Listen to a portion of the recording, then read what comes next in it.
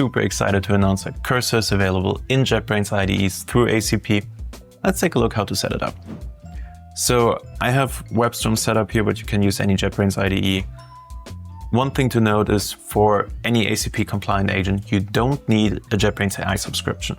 So we just go in here, say install from ACP Registry. You can select any agent you want. For this particular case, obviously we want to play with Cursor. So we go in here, install.